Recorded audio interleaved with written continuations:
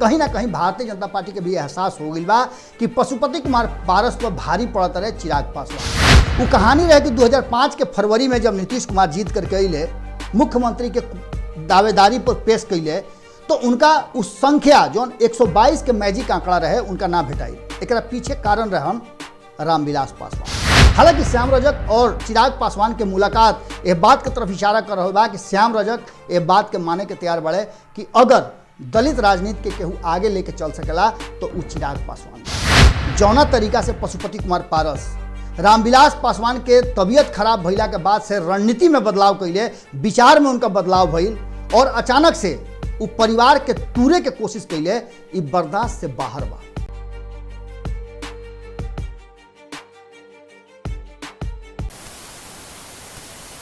टूट के बिखर जाए के हद से निकल आइल बा, टूट के बिखर जाए के हद से निकल आइल बा, बर्दाश्त के जल्द से लोग बाहर निकल के आइल बा, बर्दाश्त के जल्द से लोग बाहर निकल के आइल बा।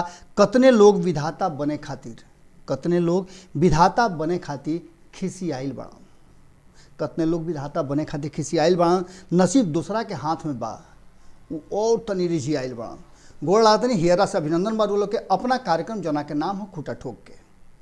आज एगो अलग विषय लेके आइल बा, लोग से काल चर्चा कैले रही। हम काल के खूटा ठोक में बतौले रही कि अब ये देश के राजनीति जहाँ कुछ काल तक आज़ादी के बाद से कहल जाता रहे कि सवर्ण लोग के हाथ में रहे, ओकरा बाद ओबीसी के हाथ में आइल, एकरा बाद अभी देश इंतजार कर रहा बा बदलाव के, और बिहार भी वही मुहाना पा के खड़ा बा। दलित राजनीति के लेकर के बहुत कुछ चर्चा हो रहा बा, लेकिन एकरा साथ साथ अब जौन स्थिति वर्तमान में बा ओकरा में घींचतान शुरू हो गई बा। रामविलास पासवान के इंतकाल के बाद यह बात पर चर्चा जबरदस्त ढंग से शुरू हो गई बा कि आखिर दलित के नेता के दलित वाला झंडा अपना हाथ में लेकर के मजबूत खूंटा गाड़ी, जैसे रामविलास पासवान लंबा समय तक लगभग 5 दशक के अपना राजनीतिक कैरियर में वो देश में दलित राजनीति के एगो झंडा वदार रहे हा, और उनका आगे पीछे बहुत दूर दूर तक लोग ना रहा। आज उनका इंतकाल के बाद अब यह बात के तलाश शुरू हो गई बा कि के झंडा लेके आगे बढ़ी। कई लोग नाम में सामने बा, दावा कई लोग कर रहा बा, कई दल दावा कर रहा बाड़े, लेकिन ये सब दावा में एगो दावा जो बा वो मजबूत बा कि नीतीश कुमार और लालू प्रसाद में और कांग्रेस भारतीय जनता पार्टी में के दलित राजनीति के अपना कांधा पर लेकर के आगे बढ़े के तैयारी कर रहा बा, और दलित खातिर सोच के कर बेहतर तरीका से बा। एकरा विषय पर आज चर्चा, और एकरा साथ साथ नीतीश पर कैसे भारी पड़ गई लालू प्रसाद के दाव, एकर चर्चा रुआ लोग से आज हुई। और नीतीश के कहीं ना कहीं जो 16 साल के इस शासन बा ओकरा में पूरा अलगे अलगे हिगरा करके आज रुआ लोग के खूटा ठोक पर आई सब है। बताओ तनी कि बिहार के राजनीति में जो वर्तमान बा एकर भविष्य का होखे वाला बा, और ये भविष्य के पीछे जो चर्चा आज शुरू करतानी वो चर्चा के पीछे के तर्क का बा। कारण कि आज यह देश की जरूरत अगर MOI समीकरण बा, लौकुश समीकरण बा, हिंदुत्व बा, तो कहीं ना कहीं दलित राजनीति बा।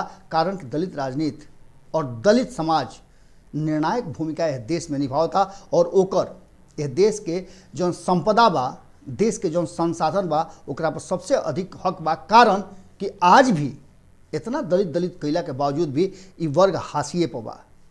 एकरा खातिर कई तरह के लड़ावे बझावे खातिर प्रयास कल जाता, लेकिन इस समाज आज भी इंतजार कर रहा बा वो पुरोधा के कि जौन आई और यह समाज के मुख्य धारा में जोड़ के लेके जाई।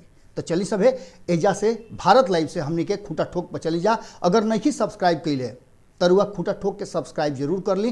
कारण कि जौन अपना हियरा के भाषा बा, चाहे भोजपुरी होके, अंगिका होके, बज्जिका होके, मैथिली होके, मगही होके, जौन भी भाषा होके जौन बिहार में बोलल जाला, जौन भाषा के मान्यता बाद नहीं के मान्यता खातिर वह लड़ रहा बानी। तो आई सब है एक मंच पर खूंटा ठोक पर अपना भाषा के झंडा बुलंद करी और मजबूत खूंटा गाड़ी सब है। गोड़ लागतानी।